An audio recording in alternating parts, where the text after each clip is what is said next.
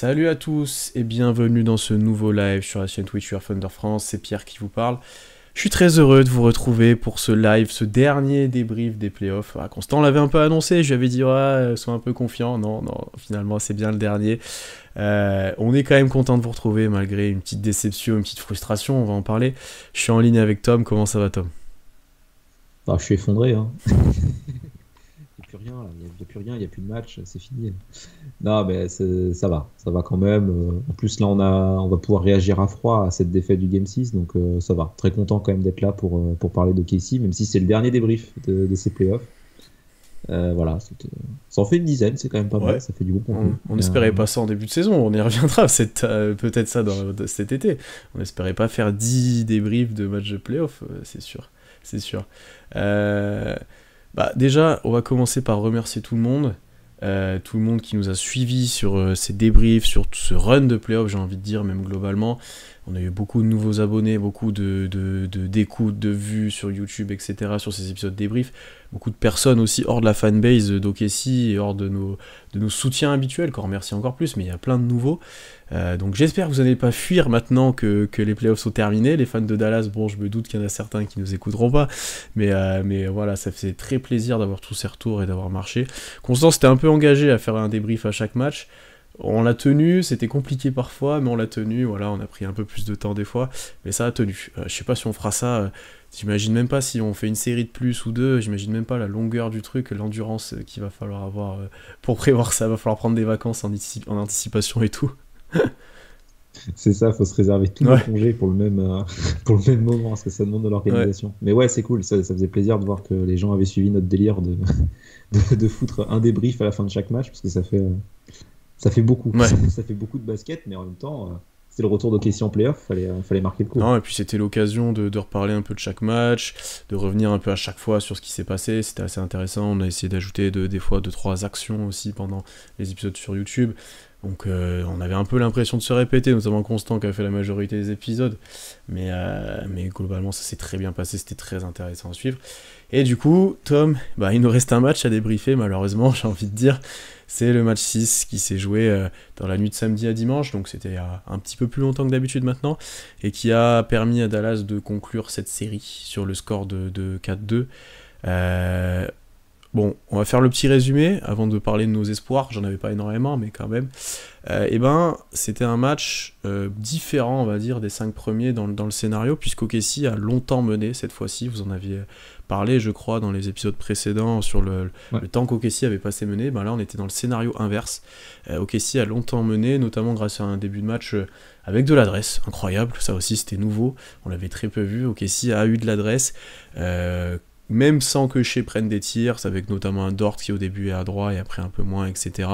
Donc il y a un premier run OKC, puis Dallas revient un petit peu, avec Luka qui est très efficace, avec Derrick Jones, c'était le Derrick Jones game, hein. Il a pris les pouvoirs de PJ Washington globalement tout le match, et il a fait un très gros match là-dessus, et globalement, sur le premier carton, OKC est devant. Le carton est bien plus positif que les derniers qu'on a pu voir pour notre Thunder. On retrouve un peu notre équipe en fait qu'on avait vu pendant toute la saison régulière avec de l'adresse, des turnovers provoqués, un peu de rythme en attaque et tout, vraiment agréable.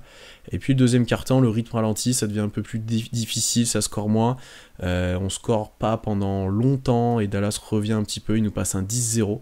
Il repasse même devant au deuxième un tout petit peu. Et puis là, le run qui aurait pu être dévastateur et même qui aurait pu permettre de remporter ce match, 24-6, qui permet d'être à plus 14 sur la mi-temps, et là le run, tout le monde y va de son 3 points, ça court, et voilà. Là vraiment je pense que c'est notre meilleur basket de playoff, je pense qu'on pourrait y revenir sur ce carton-là, je pense Ouais. pas qu'on ait fait bien mieux que ça soit contre les Pels ou dans les premiers matchs. Et puis le troisième quart ensuite, plus difficile, on voit un peu plus J-Dub, mais les Mavs font encore un run pour revenir avec des gros tirs de Kyrie cette fois, et encore de Derrick Jones, qui est franchement infernal, que ce soit sur le tir, sur short roll, etc. Et alors qu'on est un peu en difficulté, Shea se réveille, 7-0 à lui tout seul, on reprend de l'écart, pour finir au final à 7 points d'avance à la fin du troisième quart-temps. Bon là on est un peu plus en panique, on va dire, bon ça va être un peu plus compliqué, on a un peu dilapidé notre écart. Et ben le dernier carton, ça loupe pas. Un carton de la mort, j'ai envie de dire. T'avais vraiment l'impression que chaque point, à un moment, valait un peu son pesant d'or. À part au tout début Ouais. du carton où ça défendait pas, honnêtement, c'était bizarre. Mais après, ouais, ça s'est mis à défendre. Les Mavs reviennent avec Luka. T'as un très mauvais passage offensivement d'Okessi, notamment de Kesson Wallace, dont on reviendra là, toi et moi là-dessus. Et OKC garde une courte tête pendant longtemps jusqu'à une bascule un peu définitive avec des rebonds off, avec des tirs un peu chanceux des Mavs, etc. Et jusqu'à ce qu'on arrive dans le clutch où les Mavs rapidement prennent jusqu'à 5 points d'avance. Mais pas parce qu'OKC joue mal, mais parce qu'ils mettent un peu des tirs miraculeux aussi. Ça, on y reviendra. Mais globalement, ils sont plus adroits, plus efficaces sur cette fin de match.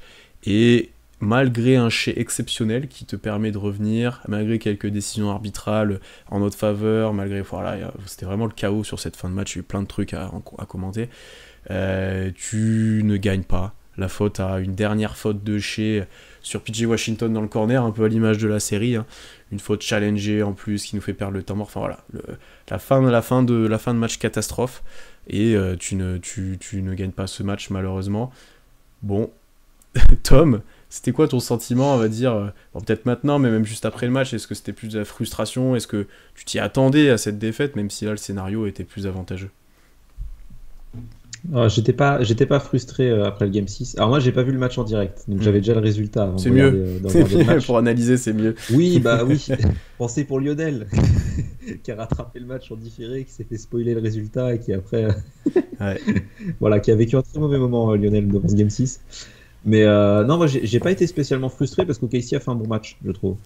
Alors, il y a eu évidemment des choses qu'on manquait, hein, sinon le Thunder aurait joué un Game 7, hein, mais on a retrouvé du basket offensif bien plus plaisant que ce qu'on a eu sur quasiment toute la série, hormis le Game 1 en fait, hein. On l'avait dit, hein, il y a eu le Game 1 où ça a été un festival et après il n'y avait plus rien.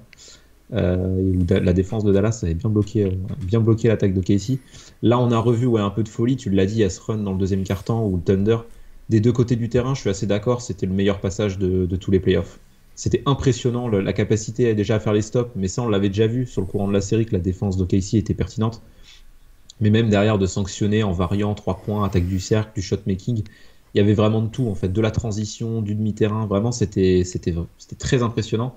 Et c'est vrai que si ça n'avait pas été un match un peu foufou avec des échanges de runs pendant toute la rencontre, ce run-là aurait pu être le run qui faisait la décision et le Thunder aurait pu se prendre ce match 6. Bon, malheureusement, il y a eu aussi des moments où Dallas a planté des gros runs avec, je sais plus, il y a un 13-0 et un 13-0 à un moment donné où OKC ne rentre plus rien pendant plusieurs minutes et où ouais, tu as du shot making de Luka et de Kyrie Ouais. assez délirant. Et ouais, en fait, après, c'est Dallas, hein. Dallas, on l'a même vu en régulière quand on s'est mangé un round de 30-0 alors que ça partait sur un blowout. C'est une équipe qui est capable de péter un câble Hmm. et de prendre complètement feu offensivement tout en faisant des stops. Donc, c'est pas spécialement une surprise.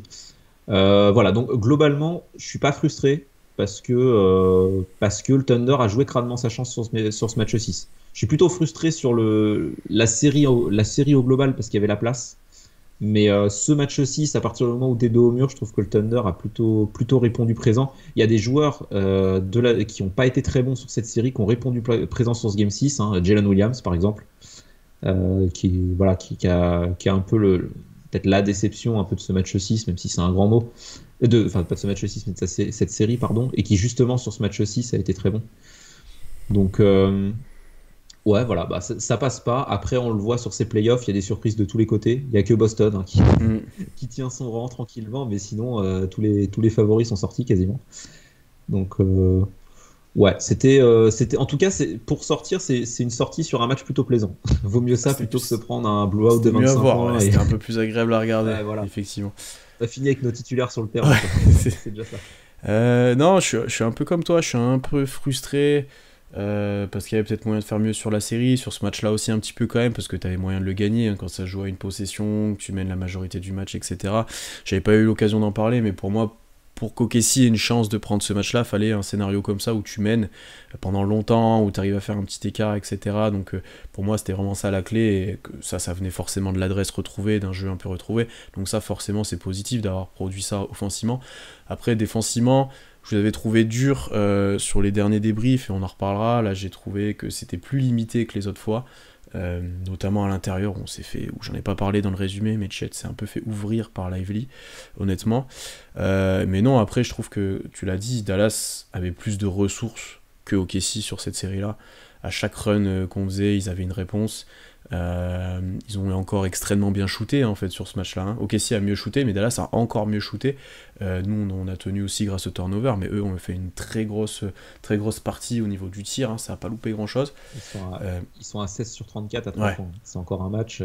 Ils sont à plus que 50-40, donc déjà sur un match de playoff, c'est dur de le remporter. Mais après, je suis plutôt... Voilà, sur le clutch, tu lances vraiment une pièce en l'air sur des matchs comme ça où, voilà, sur les fautes, même si tu arrives à faire des bonnes actions dans le clutch avec le aller ou pour Chet par exemple et tout, c'est vraiment une pièce en l'air, tu sais pas de quel côté ça va compter. Et là, c'est même une erreur, certes une erreur de chez, mais voilà, comme Kamé nous dit dans le chat, qu'est-ce que tu veux lui reprocher au-delà de ça, quoi. Enfin, c'est voilà. Et donc il monte. En fait, il monte au contest, donc l'idée est bonne, et en plus il met le compte. Ouais. Hein. Il met le compte, mais c'est mal maîtrisé, c'est une faute. Puis Washington joue la faute, du coup, en plus, se décale, enfin, tu vois, il a carrément raison.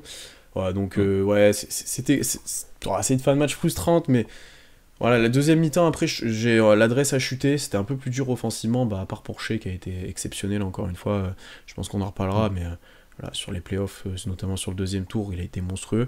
Mais je suis plutôt quand même fier de la réaction de l'équipe sur un match 6 comme ça, à l'extérieur, que tu arrives à produire ce match-là, que tu peux prendre honnêtement, hein, t'es à 2 doigts de le prendre. C'était plutôt très positif de pouvoir réagir comme ça. Maintenant, et j'en parlais au tout début de la série, en preview, les role-players, ils ont fait la différence, et pas de notre côté cette fois, quoi. Honnêtement, si on reparlera des limites, je trouve que la différence s'est fait sentir match après match, parce que tu avais toujours... des non-stars des Mavs qui ont su s'exprimer, qui ont su porter l'équipe, et eux, leur rôle était peut-être mieux défini, mieux acquis, j'ai envie de dire, par chaque joueur. Même avec un Kyrie parfois absent, il a toujours su mettre des gros tirs quand il fallait. Luka a joué son rôle, et puis tous les autres ont réussi à s'exprimer dans ce qui est mis en place. Ça a été moins le cas pour le Thunder. Isaiah Joe a fait un bon match, on y reviendra, mais les autres n'ont pas fait un immense match sur le banc. C'était plutôt compliqué, donc non, je trouve qu'il manquait des choses. Je comprends la frustration de certains, il y en a qui vont être frustrés qu'à la deadline on ait fait certaines choses, on les aidé à avoir leur trade, que nous on n'ait pas tradé pour un autre joueur que Hayward, etc. Mais je trouve qu'il te manquait plus de choses que ça. Je pense que t'es pas encore prêt, et je pense que si tu passes même au premier tour, ce que je te disais off, tu te fais fracasser, je pense, par les Wolves, honnêtement. Donc ça, c'est mon avis, hein, mais après peut-être que les gens ne sont pas d'accord, mais je pense pas que t'avais le moyen de faire ça. Et en plus, c'était compliqué, t'as eu des foul trouble aussi, on nous le dit, c'est vrai, de Chet et de Dort, t'as eu plein de choses, donc match compliqué, mais grosse réaction d'équipe quand même. Ouais, voilà. Alors, l'aspect frustrant, moi, tu vois, c'est pas forcément la faute de Shea sur PJ Washington à la fin, c'est Derrick Jones Jr. qui plante un turnaround fadeaway contesté. C'est Dirk Nowitzki. Je sais pas ce qui s'est passé. Tu fais une défense de fou, et l'autre il te plante ça à moitié au buzzer et tout. Ah ouais, oh là là. On était à moins 3 à ce moment-là, on repasse à moins 5. Alors après, du coup, on repasse devant. Mais ouais, mais c'est des miracles, parce que derrière, Shea s'énerve, il met un énorme step back pour revenir. Après, t'arrives à faire un stop, t'as la faute de Dort, enfin, la faute provoquée de Dort sur la touche, là, où t'es pas loin de perdre la balle, encore une fois. Et après, t'as le alley-oop. Ouais. Mais ouais, celui-là de Derrick Jones, si tu presses le match normalement, et tu te dis, qu'est-ce que tu veux faire? Qu'est-ce que tu veux faire? Non, mais c'était un match un peu fou, hein. Ouais. De toute façon, il s'est passé des trucs. Mais c'est bien, c'est pour ça qu'on aime les playoffs, hein. C'est qu'il se passe des trucs complètement lunaires. Voilà, Derrick Jones Jr., il nous fait une série, il joue jamais à ce niveau-là normalement. Mais bon, là, il a été en plus de PJ Washington, hein, mais ouais, là, Derrick Jones Jr., il fait un match de fou. Ouais, non, on peut peut-être partir, je sais pas, sur la défense. Je vois que Kamel dans le chat parle des problèmes de faute, et t'en as parlé aussi. C'est peut-être l'aspect principal qui fait que défensivement on a galéré, au-delà du fait que vu que ça a été un peu plus foufou offensivement, Dallas c'est un rythme dans lequel ils sont capables de s'intégrer aussi. Un match où Chet prend sa 3e faute tôt dans le second quart-temps, où Dort il prend des fautes un peu bêtes, il y en a pris 2 dans le second quart sur Lively. Il y en a une où il lui met un chabit là, mais celui-là il a un peu involontaire. Oui, je pense aussi en vrai qu'il se retourne et qu'il. Ouais, mais il y en a deux où il défend Luka et Lively pose l'écran et Dort fait faute sur le poseur d'écran, et c'est des fautes un peu à la con, où du coup on a dû avoir plus de Cason Wallace sur Luka. Cason Wallace qui a vraiment fait de la merde offensivement, mais en défense je l'ai trouvé assez intéressant. Oui. Surtout en première mi-temps, il a vraiment été très très intéressant sur Luka. Il a provoqué plusieurs pertes de balles et même sur Kyrie. Sur Kyrie, il a été très bon. Ouais, mais en tout cas, c'est ce genre de choses. Enfin, Chet et Dort qui sont en problème de faute, ça cause forcément préjudice parce que le Thunder a pas mal joué avec Jalen du coup. Et que pour protéger le cercle, Jalen, on sait que c'est plus compliqué, même s'il n'a pas été ridicule, hein. Mm. Euh, forcément, on sait que Dort déjà est indispensable quand tu as un porteur de balle aussi fort que Luka Doncic, mais Chet encore plus parce que c'est lui notre base défensive, notre ancre défensive. Et quand il est dans un match déjà galère où il prend que 3 rebonds, hein, sur le match, Chet, et qu'en plus il a des problèmes de faute, forcément ça te complique la vie. Et c'est vrai que du coup à l'intérieur, Derek Lively notamment, il s'est régalé en fait tout Ouais. le match.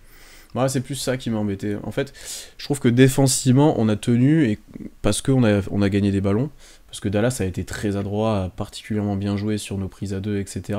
Mais on a su provoquer quelques pertes de balles sur ces prises à deux, sur des aides un peu, sur des switches aussi. Toi, il y a un exemple où Dort prend un écran et c'est Isaiah Joe qui vient aider direct sur Doncic et tu gagnes la balle comme ça. Il y a pas mal de choses comme ça. Mais Mais il y a le début de match, ouais, il est excellent ouais, ouais. là-dessus d'ailleurs. Grosse intensité défensive et OKC fait un run d'entrée parce qu'il y a pas mal Mm. de pertes de balles de Dallas qui finit avec 17 pertes Ouais. de balles d'ailleurs, hein. 7 pour Luka. Donc la défense a été agressive et la manière de défendre d'OKC C'est était la ça, t'as bonne, en été tout cas. très disruptif sur tout ça, c'est un peu ça qui te laisse dans le match alors que Dallas est aussi adroit que toi et plus adroit même à la fin. Mais ça a été aussi sanctionné par Dallas parce que t'as eu des retards sur des rotations défensives. À la fin de match, sur un des trois de PJ Washington, là il y a une trappe et Chet il est en retard de au moins 3 secondes sur la rotation et tu prends un free comme ça. Il y a eu pas mal de retard en fait comme ça pour moi. Et vous en avez parlé avant, c'est pas tant les trappes qui m'énervaient, c'est plus les rotations derrière qui m'énervaient un petit peu. Et du coup qui au début était efficace et à la fin l'était moins parce que t'avais beaucoup de retard aussi. Et ça t'a permis de faire des stops, mais après globalement Dallas a toujours eu des options. Ils ont eu pas mal évolué sur short roll ou en donnant la balle un peu plus à Derrick Jones qui a été très bon, il faut le dire. Je pensais pas qu'il jouerait à ce niveau-là, qu'il serait aussi efficace que ça. Il a scoré de Ouais. loin, il a mis des tirs sous le cercle, il a fait 2-3 passes intéressantes. Et puis après, tu l'as dit, sous le cercle, on s'est fait ouvrir par Lively. Il faut rendre à César ce qui est à César. Il a vraiment mis énormément en difficulté Chet, que ce soit sur les finitions, rebond, énormément de difficultés. Et il y a des rebonds offensifs, hein, je suis désolé, c'est pas que Chet va aider ou machin, hein, c'est du duel.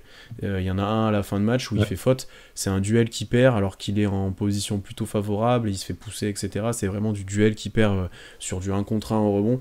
Et ça, c'est. Lively qui prend 3 rebonds Ouais, offensifs, hein, dans le dernier quart-temps. Et c'est des rebonds offensifs ouais. vraiment impactants, hein. Ils font Et très très ça, mal. voilà, et ça effectivement, ça compte beaucoup à la fin. Ça compte beaucoup à la fin, donc il te manquait un petit peu ça. Mais ouais, c'est pas notre meilleur match, je trouve, offensivement, à part par passage où justement ça t'a servi de faire des runs, un petit peu ces turnovers, etc.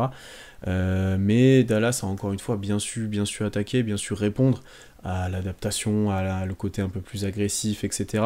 Et puis même après, quand t'as essayé de jouer en 1 contre 1, plutôt ce qu'attendait Constant avec Dort sur Luka, ou un petit peu de Cason Wallace sur Kyrie, ou des choses comme ça, au final ça a payé côté Dallas, quoi, parce que Luka a été suradroit pendant très longtemps. Il n'a presque pas loupé de tir, je crois, sur 3 quarts temps, il en loupe un petit peu à la fin.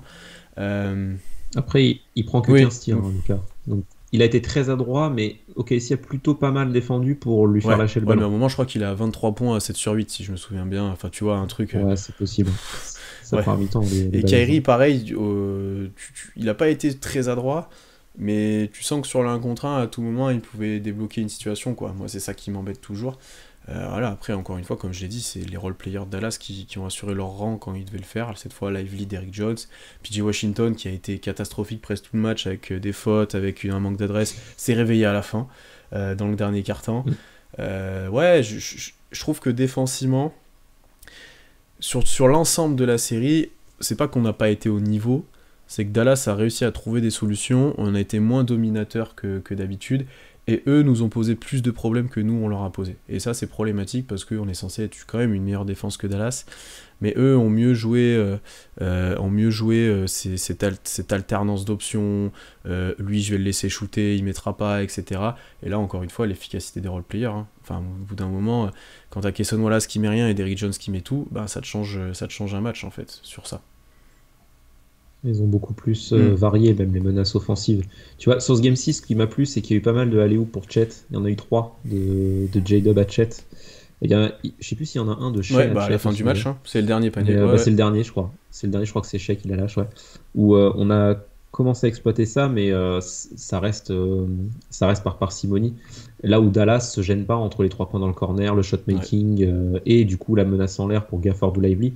Ils ont plus d'options et on en avait parlé sur le Game 5 qui est constant. Dallas, c'est une équipe qui semble plus aboutie, qui a une identité de jeu bien plus Mm, claire que mm, celle d'OKC. Alors, ça veut pas dire qu'OKC a tout à construire, loin de là, mais le Thunder, c'est la première campagne de playoff. C'est une équipe, alors jeune en termes d'âge, mais surtout en termes de construction. C'est une équipe récente, OKC, là où Dallas, il y a eu pas mal de changements dans l'effectif, enfin, évidemment, mais la manière de jouer de Dallas a l'air beaucoup plus établie. C'est une équipe très athlétique, très grande et qui joue là-dessus. Avec un joueur qui porte beaucoup la balle, un sidekick. Bollenler, avant c'était Brunson, maintenant c'est Kyrie. Et du coup, plein de role-players qui doivent combler les brèches, entre guillemets. Et c'est beaucoup plus au point. Et même en termes de coaching, tu sens que Mark Daigneault, tu voyais qu'il était en train de découvrir les playoffs. Et il y a eu moins cette capacité d'adaptation, même s'il a fait des choix, hein, notamment sortir Guidi du 5 pour mettre mm. Isaiah Joe. Il y a eu des choix, il y a même eu dans ce match une longue séquence où il y a Jalen Bah, et Chet sur le terrain en même toute temps la dans le fin de quatrième match, hein. quart-temps. Donc, globalement, tu joues presque avec ça, ouais. Mm, Voilà. mm. Ouais. La toute fin de match, Joe revient à la place de Jalen, mais ouais, il y a une longue séquence dans le quatrième quart où il y a Jalen, Chet, où tu joues grand. Donc Daigneault t'a proposé des choses pour s'adapter, mais Jason Kidd, tu sentais qu'il était plus aguerri à ça, qu'il savait appuyer là où ça faisait mal. Notamment, alors il n'a pas été exceptionnel, mais le fait de sortir Dante Exum de la rotation pour mettre Jaden Hardy. Jaden Hardy, ça correspondait peut-être un peu plus à ce qu'il fallait pour faire mal à OKC, dans le sens où c'est un mec qui apporte un peu de shot making, un peu de tir, même s'il n'a pas forcément rentré, puis un peu de folie, même offensivement. Là où Dante Exum, c'est un role player plus conventionnel, entre guillemets, un peu plus dans la lignée de Josh Green. Et tu sentais que ouais, Jason Kidd avait beaucoup plus les ressources même tu sens Ouais. l'habitude des joutes de playoff pour s'adapter. Et ça a fait mal au Ouais, Thunder. t'avais plus de certitude, j'ai l'impression. Tu vois, même dans les rotations de Daigneault, il y en a beaucoup qui sont tombés un peu dessus, machin et tout. Mais en fait, t'avais pas de sécurité et de certitude, hein. Isaiah Joe, il start le match 5, il est catastrophique sur le match 5, il est pas bon. Là, il est bon. D'habitude, Kesson Wallace a été très bon, il met dedans, il défend bien. Là, ça a été très compliqué offensivement, alors que c'est les tirs habituels. Il prend même ses pull-ups en transition, alors qu'il est 1 sur 5, donc il est encore en confiance, etc. Ouais, je trouve que c'était moins établi effectivement et on nous dit bah pourtant Dallas ils ont changé d'effectif au milieu de saison, ouais mais ils ont ajouté juste des Gafford, c'est un rim runner pas très dur à ajouter, et vu le rôle qui a été donné à PJ Washington, lui aussi c'était bah, tu défends sur lui, tu te mets dans ton corner et voilà, c'est à peu près tout. En fait ils avaient vraiment dit toi tu fais ça, etc. Et dans l'optique OKC c'est un peu plus difficile ça à mettre en place parce que c'est tout le monde partage la balle, tout le monde est capable de tout faire, tout le monde est voilà. Donc non, je sens il y a encore du travail pour aller plus loin dans cette identité, pour aller plus loin dans... Bah, globalement, il faut faire progresser encore les joueurs, hein. T'as eu beaucoup de mal Bah à... oui, c'est ça. Les joueurs ont beaucoup de mal à sanctionner sur les tirs, ont beaucoup de mal à sanctionner sur les close-out, enfin voilà, il y a eu beaucoup de difficultés hein, offensivement là-dessus. Le seul moment où tu as été bon bah, sur cette première mi-temps, notamment le deuxième quart-temps, c'est quand tu mets tout dedans. Et là, on l'a vu cette saison, ça a toujours été le cas.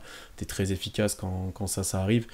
Donc ouais, globalement, pour revenir juste sur la défense avant peut-être des adaptations offensives, ça a été une série difficile, mais je pense que la défense d'OKC a tenu. En fait, il y a peu de matchs où tu prends un barrage à 3 points ou alors tu es complètement dépassé par l'attaque de Dallas, hein. Globalement, tu es toujours dans le match, je trouve, défensivement. Et c'est juste qu'eux avaient beaucoup plus d'options, beaucoup plus de certitude sur ce qu'il fallait faire. Je trouve que Jason Kidd, pour le coup, on l'a beaucoup le taille et qu'il a fait une très bonne série, meilleur que Daigneault, c'est sûr.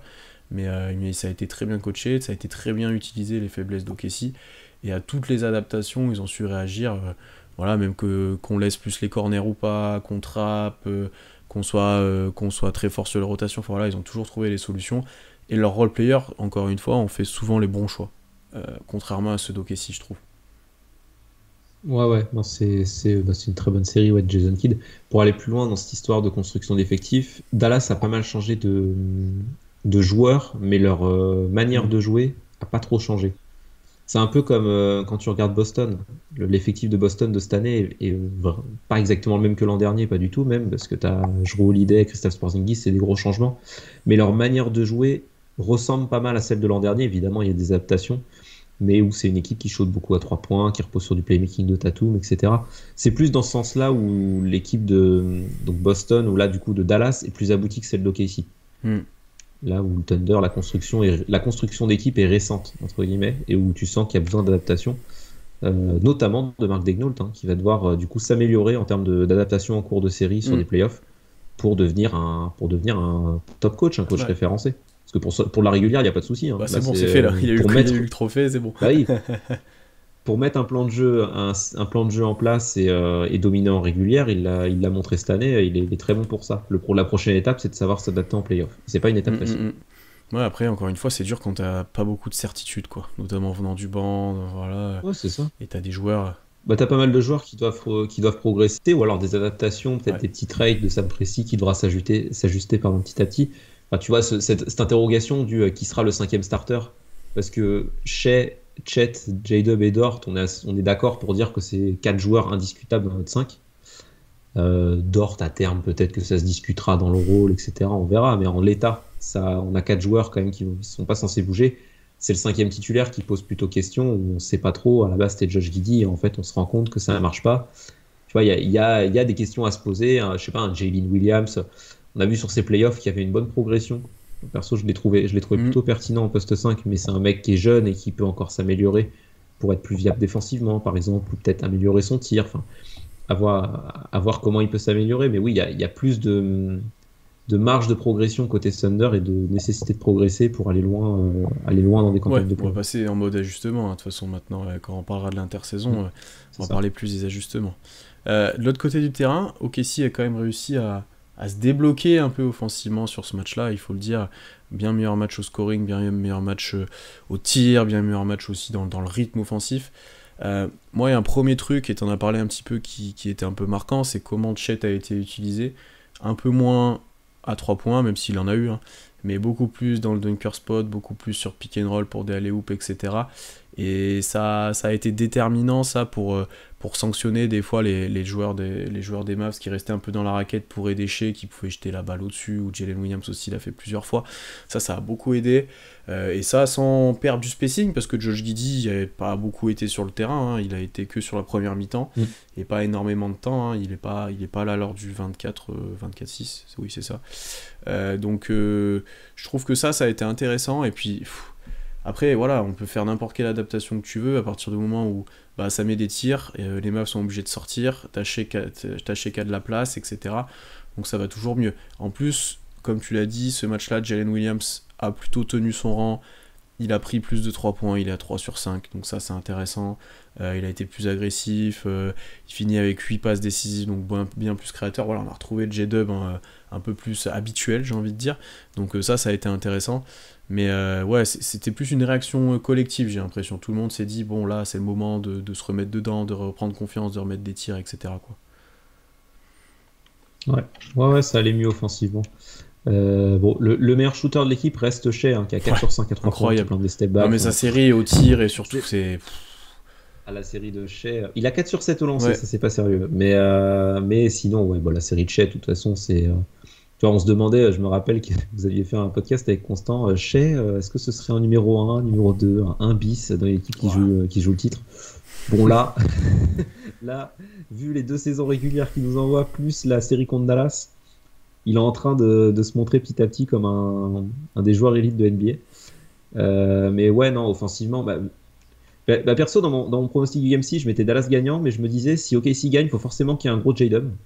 Et on l'a eu. On l'a eu pour le coup. On a enfin eu J-Dub à son niveau. Ça fait plaisir. Ça n'a pas suffi du coup, mais au moins on avait du coup une autre option à la création et au shotmaking. Et ça fait du bien de ne pas avoir que Shea pour la création, parce que même s'il est très fort, Shea, on le voit avec cette équipe de Dallas, en fait. C'est pour ça qu'ils ont tradé pour Kyrie à la base. C'est pour ajouter un autre shotmaker d'élite, un autre créateur d'élite à côté de Luka pour multiplier les dangers. Et on sait qu'il en faut au moins 2 dans une équipe qui veut aller loin. Donc ça fait plaisir de voir J-Dub à ce niveau-là. Alors à l'avenir, il faudra qu'il fasse des séries entières comme ça. Mais en l'état, oui, ce qui a fait du bien à notre attaque, c'est qu'on a eu un J-Dub inspiré, et globalement des joueurs à droit. Même si quand tu regardes les role players d'OKC, hormis Isaiah Joe, il n'y a pas grand monde qui a été à Perso- droit, tu vois. Chet, il a 1 sur Personne, ouais. 7. Dort, il a 2 sur Pareil, 7. il y a 1 sur 6 Kayson, 2 sur Et, 7 Dort, 1 sur 4 Jalen. Voilà, ça a pas été flamboyant, mais vu que bah, Joe plus Jay Bechet ont eu de l'adresse, ça a quand même permis d'espacer le ouais, terrain. tu finis Donc à ça allait mieux. 36%, hein, donc 36,6%, c'est pas scandaleux, hein, loin de là, mais ouais, effectivement, t'as eu beaucoup de tirs ouverts loupés par tes role-players. Il y a bah, là Cason Wallace qui, pendant 3 minutes, prend des tirs à 3 points ouverts, les met pas, perd un ballon, machin, ça a fait très mal. Et c'est ce qui a un peu pêché, parce qu'effectivement, pour le coup, tes stars ont répondu présent. Chet, offensivement, ça a été compliqué à 3 points, mais plus présent sur la raquette, ça a été cool, mais on en reparlera défensivement ensuite. Mais ouais, c'est plus sur les autres tirs. Isaiah Joe a vraiment été bon, pour le coup. C'était vraiment ça que Ouais. t'attendais, je pense, en le titularisant. Voilà, des tirs qui rentrent de loin, de l'agressivité en défense, même si c'est limité. Et puis, il y a plein de situations que tu fais avec lui où il prend des écrans, on le voit enfin. T'as Shea qui poste et t'as Joe qui prend des écrans montants en partant de sous le cercle, qui amène vachement de gravité pour le coup et vachement de spacing. Et ça, c'était intéressant parce que du coup, ils pouvaient pas attraper sur Shea, ils étaient sous la menace d'un Joe qui peut tirer. Ça, c'était des très bonnes situations qu'on ne voyait pas forcément en saison régulière et qu'on a vu petit à petit dans cette série-là. Et avec Joe, tu peux le faire. Mais ouais, globalement, c'est encore une fois, c'est ce que j'ai dit, t'as pas assez de sécurité et de mecs établis en sortie de banc. C'est des rookies, c'est des années 2, c'est des mecs qui voient leur premier playoff et ça se voit au final. Ça se voit au final. T'as tenté un tout petit peu de Kenrich d'ailleurs en plus, qui n'a pas Ouais. énormément apporté, hein, voilà, mais t'en as tenté un petit peu. Donc ça sera peut-être ça l'axe de Ouais. travail dans le futur, je pense, c'est que ces mecs-là soit prennent confiance, soit que tu t'équipes un peu plus, parce que tu as une différence en fait avec un Derrick Jones, avec un PJ Washington, avec ces joueurs-là qui ont été bien plus sereins, j'ai envie de dire, côté Dallas, et bien plus prêts à répondre présent vis-à-vis de ça. Ouais. Bon, c'est quand même des belles surprises, hein, parce qu'en début de saison, tu me dis que Derrick Jones Jr. et PJ Washington, c'est les ailes titulaires d'un Ouais. finaliste de conférence. Je suis pas sûr que je te suis, tu vois. Moi, j'aurais mis Josh Green devant eux déjà à la Mm, base. mm, Donc, mm. donc là, il y a quand même un facteur. Je sais pas si c'est pas forcément de la chance parce que c'est du bon scouting de la part du GM des masses pour le coup. Mais il y a une part d'aléatoire que tu peux Mm. pas maîtriser. Et c'est vrai que oui, on s'est rendu compte que l'effectif d'OKC était peut-être un peu court pour aller pour des séries loin dans les Ouais. playoffs. Ça Bah, après, vu les attentes du début de ouais, saison, bon, je c'est m'attendais pas à ça. ce que le Thunder arrive avec 9 joueurs au taquet, affûtés pour fumer tout le monde en playoff. Tu vois, genre, tu regardes même Denver qui était champion l'an dernier, tu regardes leur effectif, tu vois que c'est un peu Mm, court au mm, niveau mm, des mm, mm. rotations. C'est une des raisons qui font qu'ils se sont fait sortir d'ailleurs. Voilà, aucun effectif n'est parfait hein, de toute façon. Donc pour le coup, oui, c'est le travail à faire de Sam Presti dès l'intersaison prochaine et puis pour le futur, c'est d'étoffer cet effectif pour gagner le titre une année. Hein, on ne Non, sait mais jamais. Hein. L'idée, ce c'est ça facteur maintenant. confiance et incertitude, ça a fait des runs au titre hein, des fois pour certaines équipes. Hein. Bah, pour Mm. Dallas, je pense notamment, par exemple. L'année où ils sont champions, il y a des mecs qui mettent tout et des role-players, tu te dis, ouais, ça peut pas tenir, mais Ouais. bon, ça tient très très bien. Ouais, non, mais je suis d'accord. T'as pas réussi à les mettre en valeur, à les mettre en confiance. On nous parle aussi de difficultés dans la dimension physique, c'est sûr. C'est sûr, parce que tu joues petit toute la série. Les Mavs n'ont presque pas joué petit avec PJ Washington en 5 de la série. Au contraire que peut-être s'il y avait eu Kleber, hein, peut-être qu'au final ça aurait été positif pour nous. Et pour le coup, on en avait parlé au tout début, cet équilibre small ball et on va dire grand joueur qui sanctionne Chet, ils l'ont gagné les Mavs. Leurs grands ont beaucoup trop sanctionné Chet par rapport à ce que lui a produit sur la série, par rapport à son efficacité, etc. Ils ont gagné ça aussi et ça devient vite compliqué quand tu perds ça pour OKC, ou alors il faut être exceptionnel sur les lignes arrière dans l'efficacité, etc. Quoi. C'est ça le problème. Avec de l'adresse, peut-être que ça aurait pu passer, mais pour le coup, ok, ici, à pas rentré septième. Mm. Donc, ouais, c'est pas passé, c'est comme ça. Hein. Oh, et Ça ça, arrive. vous De toute l'avez façon, dit, c'est des joueurs de petite quantité qu'on a en fait, à part Joe qui est capable d'en prendre plus, et c'est des ça. joueurs qui au final sont pas habitués à en prendre autant, sur autant de temps de jeu, sur autant de matchs, sur autant de situations, enfin voilà, tout ce que vous voulez. Euh, c'est la problématique quoi. Un Wiggins par exemple a pas très bien shooté alors que sur la saison régulière, quand il en prend un ou deux en rythme, bah, ça va quoi. Oui, voilà. Et puis même, enfin, on avait vu en saison régulière, sur la deuxième partie de saison, dans les garbage time du Cason Wallace, balle en main, etc. C'est tout con, mais ça peut te servir pour l'avenir de donner des répétitions à un joueur comme ça dans des situations où tu peux Ouais. te le permettre, pour qu'en playoff, le mec, quand c'est la merde et qu'il faut qu'il y ait un mec qui prenne le relais, que t'aies une ou deux séquences de Cason Wallace qui crée du jeu et qui arrive à te créer un ou deux paniers.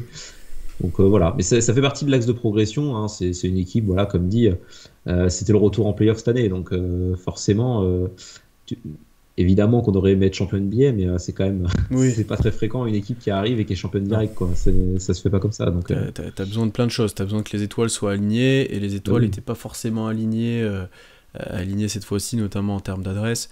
Après, on pourrait faire le tour de plein de choses. Il y en a qui feront le tour du trade Hayward qui n'a rien apporté, il y a d'autres choses comme ça. Effectivement, c'est des facteurs. Mais je pense que t'as un petit step qui te manque encore, effectivement, et qui viendra peut-être cette intersaison, on l'espère.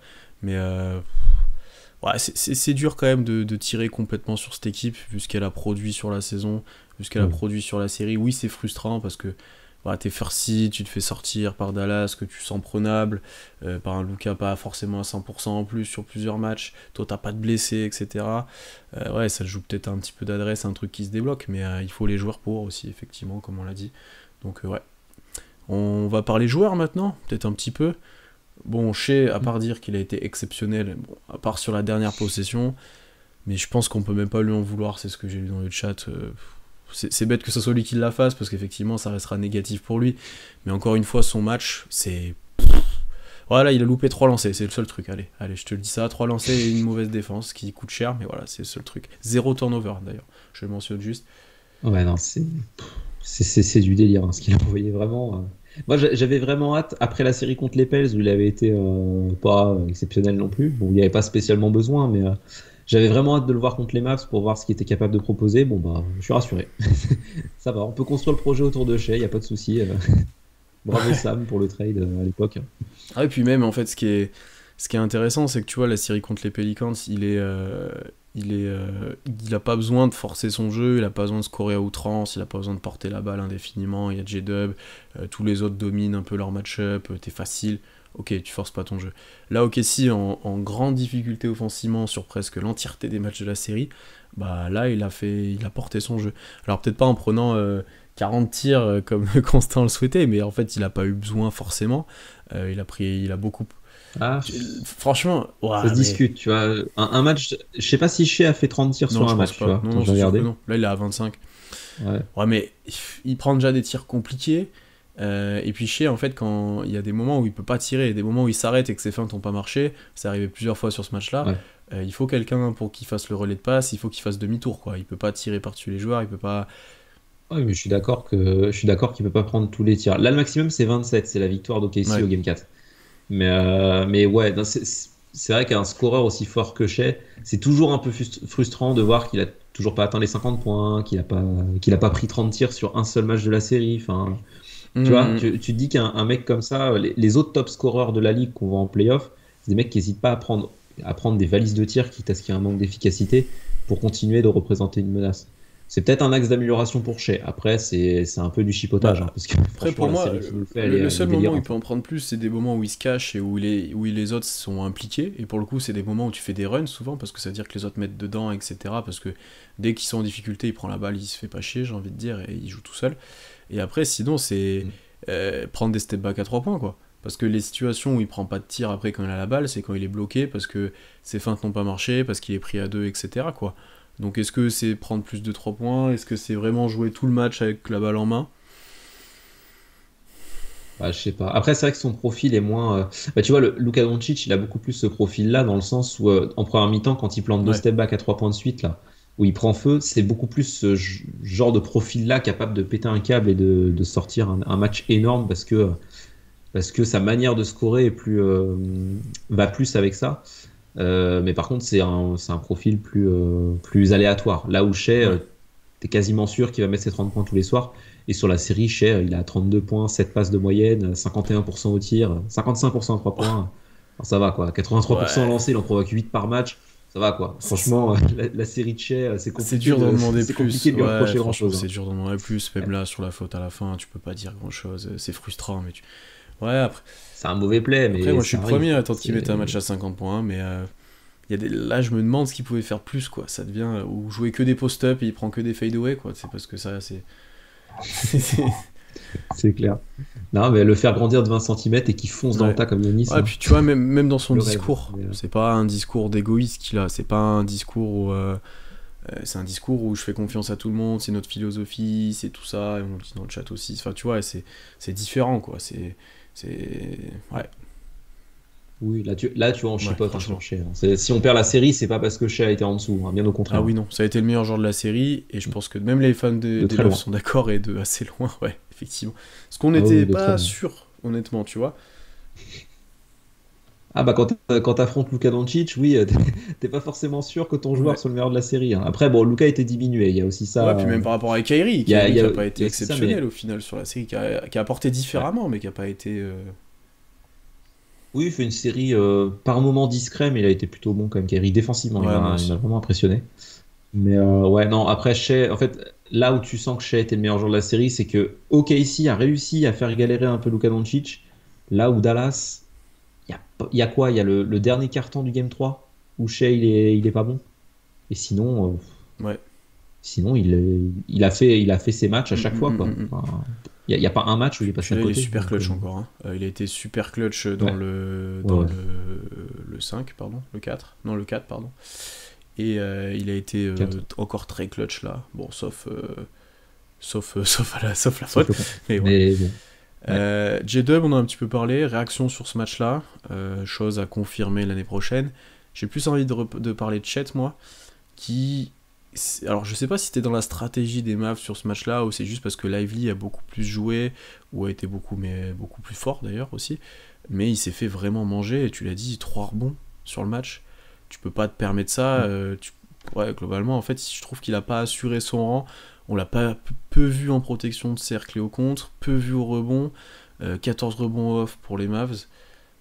Pour le coup, autant offensivement, il met pas les tirs, ok, il a été présent sous le cercle et tout, très bien. Mais là, défensivement, ça m'a un petit peu embêté, un petit peu plus là. Ouais. Ouais, ouais, non, il a galéré. Au rebond, il y a des matchs en fait où au rebond il se fait manger parce Mm. qu'il est tout seul à défendre le rebond et qu'il n'y a personne qui vient l'aider. Il y a des moments où c'était ça, hein, parce que du coup, vu que tu joues plus avec Guidi dans le 5, mais avec Isaiah Joe, alors Isaiah Joe t'apporte bien plus en termes de spacing offensivement, mais par contre, Guidi pouvait t'apporter un peu de rebond défensif et un peu de soutien à ce niveau-là. C'est pas Isaiah Joe qui va te l'amener, hein. Donc t'as eu J-Dub qui a essayé, mais des fois, Chet était un peu trop seul. Ce qui est le plus gênant, on en a parlé dans le quatrième quart-temps, les 3 rebonds offensifs de Lively, où c'est du pur Ouais, duel ceux-là, ils pour sont rebond. chiants. Et là, Mm. voilà, là dans ce secteur-là, faut qu'il progresse, Chet.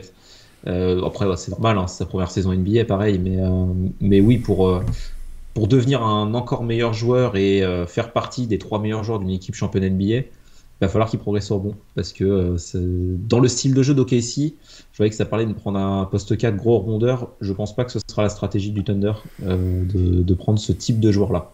Peut-être un vrai poste 4 qui, du coup, Prendre par des rebonds. définition, par Mm. rapport à son gabarit, t'apportera un peu plus. Mais pas un spécialiste type, je sais pas qui peut y Spécialiste avoir. rebondeur au Jared poste 4. Vanderbilt. Ouais, je sais même pas, ouais. Jared Non, mais Vanderbilt, tu vois. Un 4 je pense que costaud, c'est je peut-être un sais grand pas. ailier. Et du coup, par définition, il sera peut-être plus présent au rebond, ou il sera peut-être plus susceptible d'aider Ouais. Chet. Si tu prends un. L'exemple, ça pourrait être PJ Washington, tu vois, dans le style au final, tu vois. Ou non, mais j'ai envie de te dire, même un Jeremy Grant, dans le profil, un 4 comme ça, bon, il te prend des rebonds, tu vois. Ouais.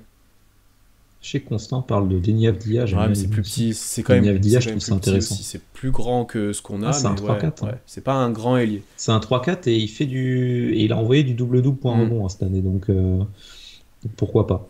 Mais oui, en tout cas, le rebond, ça fait partie des points à améliorer côté de Chet et offensivement d'être plus régulier au tir. Parce que c'est un bon shooter, hein, Chet, mais c'est un shooter de série. Et là, sur cette série contre les Mavs, il a Ah, c'est 22% horrible. à 3 points. Et ouais, bah, c'est pas bon. Et c'est un mec qui, quand il est en rythme, il est très fort. Et quand il a ses spots, notamment en transition, quand il prend des trailers à 3 points, soit plein axe, soit à 45 à gauche, là. Mais tu sens déjà que sur demi-terrain, c'est un peu plus friable. Et quand il est pas dans le rythme et qu'on lui laisse pas prendre son rythme, il galère à sanctionner à 3 points. Donc voilà, ça fait partie des points à améliorer côté Chet. Et encore heureux qu'il y en ait parce que Ouais, ça serait, ça puis serait même pour son terrifiant. tir, vous en avez parlé, il est lent, Là, tu vois que la moitié des tirs, il était court, c'était horrible. Il faisait Ouais. même sa gestuelle était bizarre par rapport à d'habitude. Après, il essayait de la corriger, c'était long, il sautait trop, enfin, c'était pas beau. Tu vois qu'en fait, il avait perdu un peu confiance et qu'il voyait que ça rentrait pas et qu'il fallait qu'il réagisse. Tu vois, ça se voyait clairement. Par rapport à un J-Dub, lui refusait les tirs, les a pris là. Mais lui, Chet, tu voyais qu'il voulait prendre les tirs, mais que ça répondait pas niveau sensation, ça allait pas, il y a un truc qui allait pas. Est-ce que la fatigue a joué, je pense. Est-ce que aussi. Et vous en avez parlé la dernière fois, est-ce qu'il était en surchauffe potentiellement aussi. Mais ouais, c'est un gros manque pour OKC quand t'as pas ça. Hein. Et pour le coup, même Jalen Williams prenait ces 3 points-là, a pas été spécialement plus efficace, mais c'est un manque pour OKC quand t'as pas déjà du tir, t'es role-player, mais quand t'as ton 5 qui met pas de tir, bah, ça devient encore plus facile à défendre, quoi. Ça devient encore plus facile à défendre. Et vu l'agressivité des Mavs sur le close-out, bah, Derrick Jones, il jette pour aller contrer Chet sur les tirs, etc. Enfin, ils ont été bons là-dessus, quoi. Mm. Ouais, c'est ça. Bah, ça fait partie des améliorations. Tu parlais de Jalen, ouais, qui a pris ses 3, qui a Mm. pas forcément sanctionné. Il est à 33%. C'est Je sais pas honnête. si c'est voilà. Pour moi, alors le plus de 40% de l'an dernier, pour moi c'était une surchauffe et ça se confirme un peu cette année. Mais à 33%, c'est voilà. De toute façon, la série de Jalen globalement, elle est honnête. Hein. Elle est pas ridicule. Il y a rien d'exceptionnel, Non, en vrai, il a fait ce qu'il avait à faire. mais il a C'était un fait le peu une taf. Hein. inquiétude qu'on avait Franchement, en début de playoff. Mais au final, il est loin d'être problématique et c'est loin d'être lui vraiment le facteur limitant, quoi, pour l'instant, j'ai l'impression. ouais. Bah, l'histoire de Kenrich en 5, on l'a pas beaucoup vu. Hein. On l'a vu au début de série contre les Pels et après, Jalen a eu ses minutes et il a été plutôt pertinent. C'est un bon point, je trouve, parce que j'avais pas mal de questions Ouais. sur Jalen, j'en ai toujours un peu, Puis tu vois, mais je trouve que sur ses playoffs, tu il a vois, été Jelly dans rassurant. 4 ça pourrait faire l'affaire en termes de taille, rebond, etc. Mais il a plus le gaz pour faire ça, quoi. Je trouve vraiment que tu peux plus. Ouais. Kenrich? Kenrich, ouais. Ouais, ouais. Mais bon, il est un peu cramé, Mm. Kenrich. Ça se sent un peu physiquement. En playoff, en tout cas, en régulière, ça peut le faire, mais en playoff, tu sens que c'est Ouais. compliqué. Peut-être petit asset à envoyer cet été aussi, Kenrich.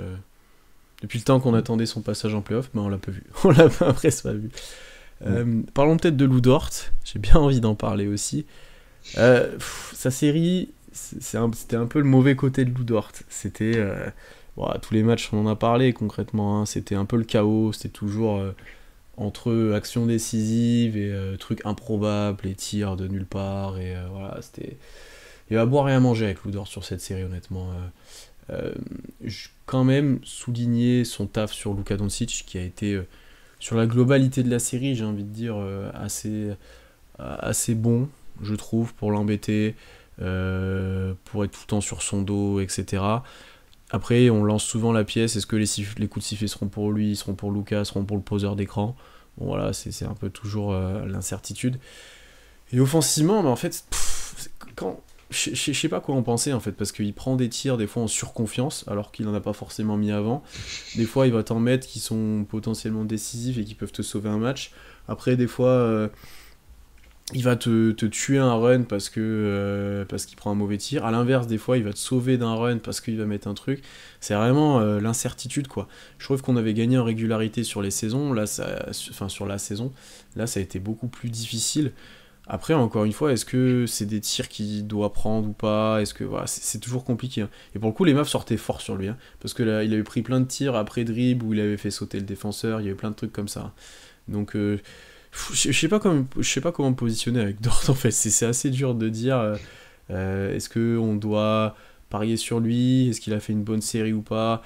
Bon, il n'a pas été super efficace, mais après, vu les tirs compliqués qu'il a pris, vu les responsabilités qu'il a prises, c'est peut-être ça le problème en fait, c'est que comme la majorité des joueurs n'ont pas forcément tenu leur rang en termes d'adresse, en termes de création, de shooting, bah lui, il a toujours ce sentiment de devoir faire plus. Puis comme il était sur le terrain en plus longtemps pour défendre sur Luka, bah il est forcément là pour prendre des tirs, quoi. Mm. Ouais, en attaque. Enfin, en attaque, l'avantage de enfin, là où Lugensdorf sera le meilleur, c'est quand il sera la Mm. cinquième option. Et en régulière, c'était un peu le cas. Donc c'est ce qui faisait qu'il prenait des bons tirs, Lugensdorf. Il drivait très peu, il prenait des bons 3 points, des bons spots, et ce qui fait qu'il a fait une bonne saison à 3 points. Là, vu qu'il y avait plus de galères offensives, bah, il prenait les choses en main comme si c'était notre franchise player. Et oui, il prend parfois des tirs un peu casse-gueule. Il prend quand même quasiment 7 3 points par match sur la série, hein. Il est à 32%. Ce qui est Bah pas si ouais. mal, hein, 32% avec autant de tirs à 3 Ouais, et points vu pris, la qualité c'est des pas si tirs, mal. parce qu'il y a des trucs qu'il prend, c'est infâme, hein. Ouais, c'était des. Ah oui, non, il y a des trucs Ouais. contestés, c'est dégueulasse, hein. Mais bon, c'est. Disons que c'est Lugensdorf dans une attaque qui Ouais. galère, c'est le syndrome Dylan Brooks un peu. C'est tu prends des tirs un peu casse-gueule. Bon, à la différence près que Dylan Brooks, il prend ces tirs-là, que son équipe soit bonne ou pas, il s'en fout. Mais et que lui soit en rythme ou pas d'ailleurs. Mais ouais, c'est. J'ai pas mal taillé Dort sur le Game 5 parce qu'il m'avait vraiment saoulé sur les prises de décision. Sur ce Game 6, ça m'a moins choqué. Les tirs qu'il a pris globalement, c'était pas forcément tout le temps les meilleurs tirs, mais il y avait rien de. Je trouvais qu'il y avait rien de fou non plus, quoi. Il les a pas forcément mis, il a 2 sur 7 au final. Bon, c'est comme ça. Moi, c'est plus défensivement où c'est vrai qu'il faut souligner son taf sur Luka Doncic, où il l'a harcelé pendant les 6 matchs. Moi, ce qui m'a un peu plus fait tiquer, c'est Mm. des fautes hors 1 contre 1 sur Luka.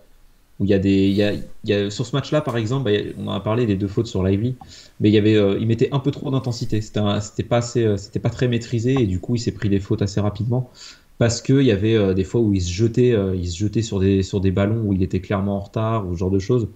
Et ouais, il a pris des fautes assez rapidement. Pareil, c'est un point sur lequel il faut que Dort bosse, c'est d'être un défenseur plus propre. Mm. Et plus on a avancé dans la série, plus ça me paraissait flagrant que Dort faisait des erreurs évitables, entre Bah, guillemets, là, là-dessus. il y en a deux, hein. Déjà, le Chabit, comme tu as dit tout à l'heure, sur l'écran. Le Chabit, Après, tu as une faute sur Luka où il met juste la main sur Luka et l'autre, il fait le swing à la Chris Paul ou Kevin Durant. oui, tu vois, Mais ça c'est une faute. C'est une faute où Luka la joue bien, mais Dort se fait ouais. avoir un peu bêtement pour un défenseur de ce Ouais, calibre-là. après, il était dans l'excès d'intensité, honnêtement, sur toute la série, Ouais. offensivement et défensivement. Et ça n'a pas payé forcément, parce que voilà, il a fait des erreurs, il a pris des fautes, etc. Mais par contre, il y a eu des actions où tu te dis, mais qu'est-ce qu'il fait et à quel moment ça passe niveau intensité. Il y en a une où il monte, je crois, en rebond off sur je sais plus qui, il l'assomme presque, il prend le rebond sur la planche. Ouah, Gafford sur le il match, hein. l'assomme, mais Mm. tu te dis à quel moment tu peux. Ah bah Ouais, Gafford il ouais, est à quel sorti après, moment hein. tu peux aller chercher ça. Oui, il le sèche, oui, t'as raison. Et tu te dis à quel moment il peut aller chercher ça, et même penser à aller le chercher ça. T'as une autre action où il vient contrer, il sauve-presse la balle sur un drive d'un autre joueur. Enfin, il y a des trucs que peu de joueurs peuvent réaliser dans même l'instinct défensif pour se dire, ou même offensif du coup, pour se dire je vais faire ça, et dans l'intensité. Après, voilà, il y a le mauvais penchant, quoi. C'est comme. Il y a plusieurs joueurs dans la ligue comme ça. Dylan Brooks en est un, il y en a plusieurs où ils doivent gagner à se lisser un petit peu des fois pour être plus efficace, pour être moins chaotique, j'ai envie de dire. Et chaotique dans les deux sens. Des fois, c'est bien d'amener du chaos pour gagner des ballons, comme on l'a dit, etc. Il a été acteur là-dedans. Il y a encore 2-3 actions où il va prendre la balle dans les mains de Luka, ou si tu as la passe un peu molle, et ben il va réussir à l'intercepter, etc. Mais il y a dans l'autre sens le chaos aussi où tu fais n'importe quoi, quoi. Et ça, c'est embêtant. Ouais, ça me rappelle un peu Marcus Smart à Boston. Bon, il y est plus maintenant, mais tu sais, les premiers playoffs de Marcus Smart où il y avait un peu ça, des plays. Tu voyais que c'était un fort défenseur, mais des fois il y allait un peu trop et en attaque il prenait des tirs un peu Mm. casse-gueule qu'on lui demandait pas forcément. Et au fur et à mesure des années, il avait lissé son jeu petit à petit.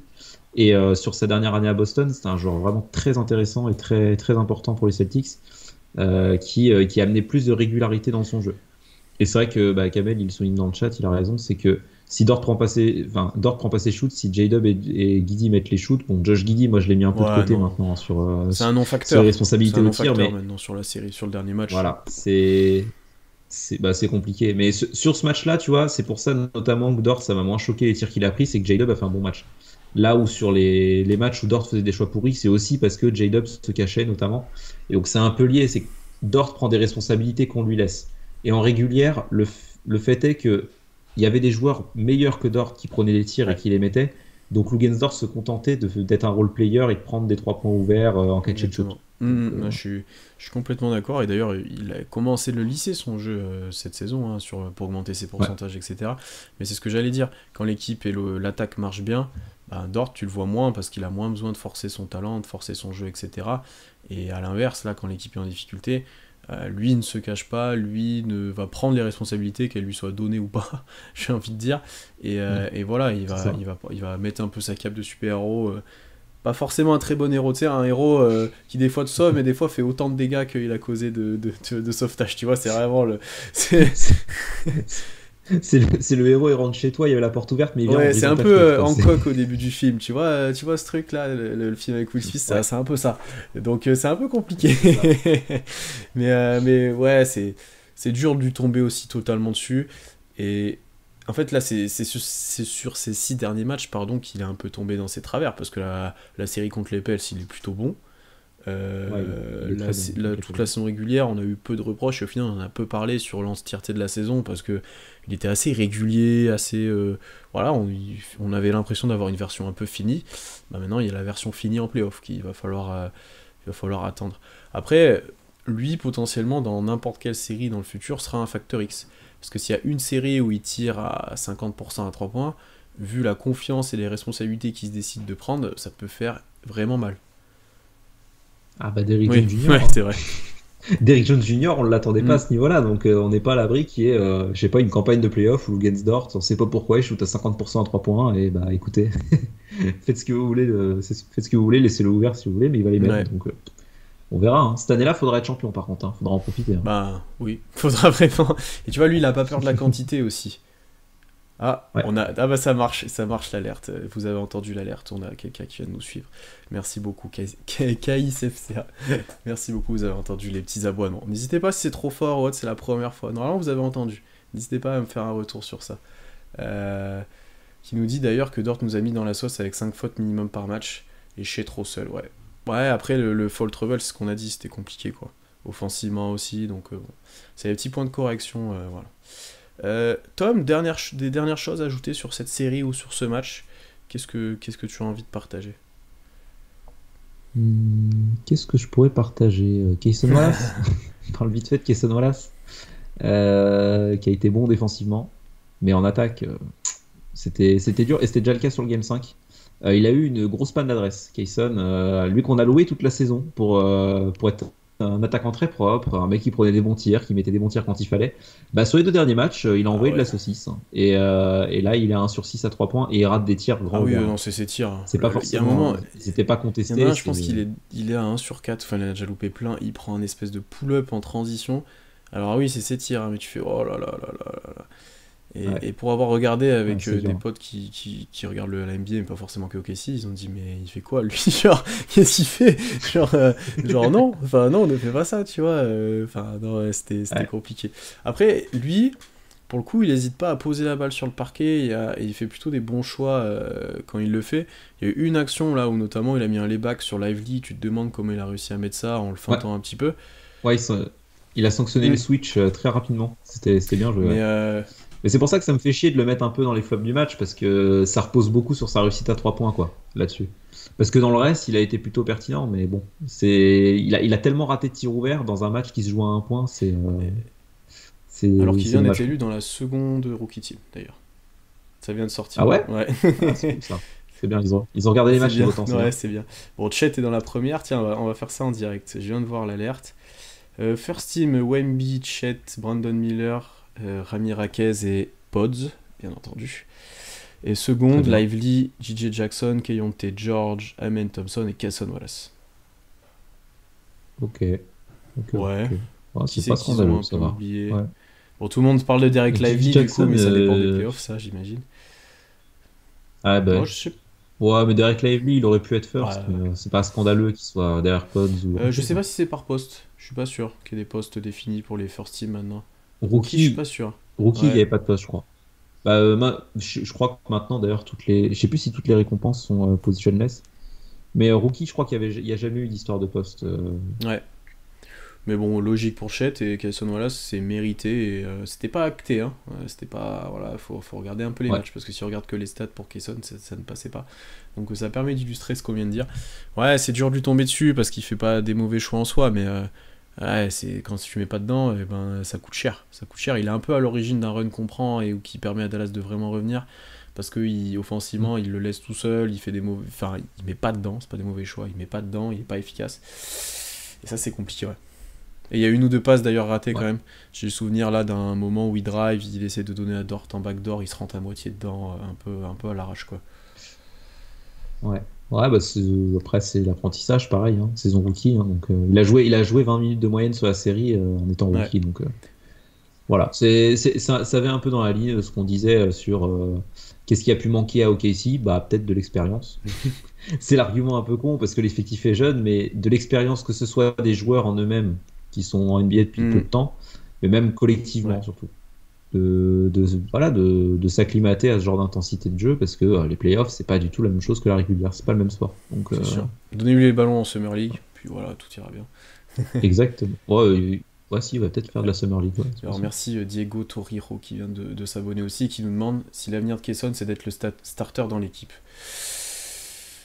Ça se En discute. fait, il peut finir les matchs, il peut être là, mais moi je trouve que tu manquerais trop de densité physique et c'est le même problème avec Isaiah Joe. Pour moi, je préfère l'option où J-Dub est décalé en 3 et il y a un poste 4 qui rentre, plutôt que de mettre un autre vrai guard et tu te retrouves avec un roster plutôt petit, à part Chet, hein, t'es plutôt petit après sur les postes quoi.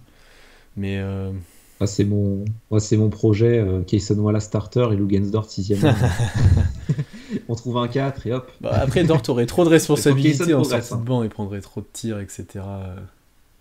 Non, mais je sais pas si ça peut se faire ça en joker défensif là.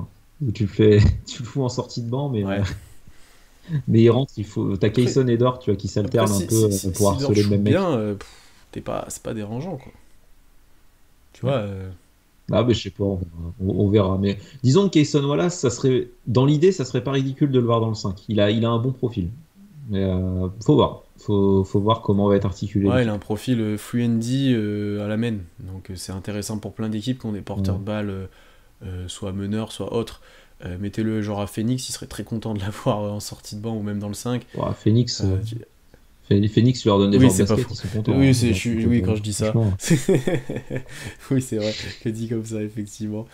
Euh, non, mais dans plein d'équipes, en fait, ils s'inscriraient super bien. Hein, si vous faites le tour, il y a plein d'équipes où ça fonctionnerait, où ils auraient vraiment besoin de ce type de joueur-là, pardon. S'ils se développent, hein, parce que Ouais. rookie, très jeune, etc. C'est ça qu'il faut pas oublier, peut-être, de dire, on l'a un peu mentionné. Nous, on va pas mettre en valeur le manque d'expérience, parce que ça nous saoule un petit peu. Mais par contre, la marge de progression est là. C'est ça qui est intéressant. Tu avais moyen de faire mieux, Ouais. tu avais moyen d'aller plus loin dans cette campagne de playoff. Le manque d'expérience n'est pas forcément une excuse à ton manque d'adresse ou à plein de choses qui ont pêché un peu sur cette série. Par contre, là où tu peux avoir de l'espoir, c'est que bah, ta marge de progression, elle est immense. Mais c'est pas une excuse forcément, le manque d'expérience. Hein. Tu regardes les 4 équipes qui Ouais. restent, la seule qui pourrait rentrer dans cette définition-là, c'est Indiana. Mais d'une, ils ont profité de pas mal de blessures, même s'il fallait les prendre, les séries. Mm, Hein. mm, mm. C'est ok, les mecs en face, il y a eu des blessés, des absents, mais il faut quand même faire le boulot. En plus, ils ont ajouté Siakam cet hiver, plus leur coach, c'est Rick Carlisle. Donc, ils ont quand même ajouté des gars qui savent Ouais. ce que c'est de gagner des matchs et gagner des campagnes de playoffs. Bon, après, Donc, il n'y a pas de blessés. C'est bon. Est-ce que Dallas, s'ils prennent le titre, c'est un peu grâce à nous avec le trade de Lavely, Gafford et Fidji? Ouais, ouais, hein. on a donné des role-players. Après, moi, je suis pas. Le trade Lively qu'à ce moment-là, je suis pas archi frustré de ça. Je pensais pas que Lively serait aussi bon, mais je suis pas très frustré de ça. Le truc de Gafford et PG Washington, ouais, ça fait chier, mais ça se trouve, ils auraient été aussi bons sans eux. Au final, ils auraient peut-être battu. Ça se trouve, ça aurait pu être une autre équipe qui nous batte. Ça se trouve, voilà. Et ça se trouve, le swap qu'on a récupéré, ça va être un super pick, on n'en sait rien. Ça va être un jour de On sait dingue, pas. on sait pas. Lively, pas frustré perso parce que ça aurait peut-être pas Ouais. marché chez nous. Et puis Kayson Wallace, c'est quand même un bon joueur de basket. Donc Et ça marche pour le coup chez franchement, nous. oui, voilà. Franchement, moi ça me va hein, ce trade. C'est un gagnant-gagnant quoi. Mais Gafford Washington à court terme, c'est chiant. Mais bon, si Dallas est champion NBA, peut-être que ça nous Ouais. fera chier parce qu'on se dira merde. Après, On la était pas Gafford loin n'a quoi. pas fait Mais une bon, immense série. Enfin, il était bon, mais ça correct, va. voilà. Mais pas non plus. PG Washington, oui. Par contre, bon, voilà. Oui. PJ Washington, il a fait la série de sa vie. Donc Ouais, en fait, c'était pour très fort. Gafford Hein. et Lively, j'ai l'impression qu'ils avaient. Quand un était un peu moins bon, l'autre a step up, etc. Bien trouvés, ils ont bien régulé. Et même Jason Kidd a bien régulé les rotations. Il y a des fois où je me demandais pourquoi Lively était sur le terrain et au final, il a été très pertinent. Donc Ouais. voilà. Et oui. Et oui, OKC, je vois dans le chat, oui, ça manque de taille OKC. C'est pour ça qu'on parle d'un poste 4, c'est parce que oui, il y a notamment ce manque-là. où théoriquement, Ousmane Dieng, c'est le profil parfait, mais maintenant, il faut qu'il soit au niveau Ça, pour avoir ce on poste. en Ça, c'est encore reparlera autre de chose. Ous. Mais Mais oui, en voilà. théorie, c'est lui. La théorie Ousmane Dieng Is him. est le chemin vers le titre pour OKC, concrètement. Ouais, le titre passe Non, par Ousmane Dieng. sans dire ça, oui, en Ça peut être théorie. un bon titre de podcast, ça. J'en parlais l'autre fois avec Alan. Mais oui, en théorie, Ousmane Dieng, c'est ce qu'il te faut. C'est exactement le profil, voilà. Les free agents, on en parlera plus tard. Mais il n'y a pas grand chose en free agent. Il faudra plus faire un trade, à mon avis, pour avoir quelque chose. Surtout à OKC, hein. Free agent, bon, voilà. Même si tout le monde en dit du bien et qu'on est Historiquement, premier, bon. historiquement, tu signes pas grand monde. Oui, voilà. Les gens, ils veulent pas venir Ouais. dans la ville, quoi. Il n'y a pas trop de On trucs. verra. Quand il y aura une nouvelle salle, Bon, peut-être, ça changera. Je suis même pas sûr du tout, mais voilà. je sais pas. Ah, ça, le projet, il sera fini, hein. Le projet avec chez Franchise Player d'ici la nouvelle salle. Ouais, potentiellement, ouais. Ouais. Bon, Tom, merci beaucoup pour ce débrief. C'était le dernier du coup de ces playoffs. Maintenant, ben, c'est pas le moment de vous désabonner, au contraire, c'est le moment de nous suivre parce qu'on va faire plein de contenu pour cette intersaison. On va peut-être revenir encore un petit peu sur la saison qui s'est passée, mais on va faire nos stratégies de l'intersaison. On va parler draft, on va parler trade, on va parler voilà, potentiellement ajustement du roster, potentiellement ce qui peut passer l'année prochaine. Donc n'hésitez pas à nous suivre partout, toutes les plateformes d'écoute, YouTube, Twitch, Instagram, X, enfin voilà, on va pas refaire la liste infinie. N'hésitez pas à laisser des commentaires, à nous noter aussi sur les plateformes qui le permettent, ça fait toujours plaisir. Et puis voilà, merci à tous pour ce suivi des playoffs, c'était très cool de suivre cette saison et ces playoffs même avec vous. Et puis on se retrouve très vite pour un nouvel épisode, je ne sais quand, on va peut-être se reposer un peu, voilà, mais on reviendra assez vite. La draft c'est quand? Mi-juin? C'est fin juin, c'est quoi? Attends, je regarde ça. Draft NBA. Le 27 juin. Donc on a un peu de temps. Mais bon, faudra s'y inquiéter parce qu'OKC a quand même un pick 12 qui pourrait être intéressant dans un trade ou en tant que choix. Donc à voir. En Ouais. attendant, ben, passez de bonnes nuits NBA, c'est les dernières de l'année, donc profitez-en bien et puis à bientôt, salut.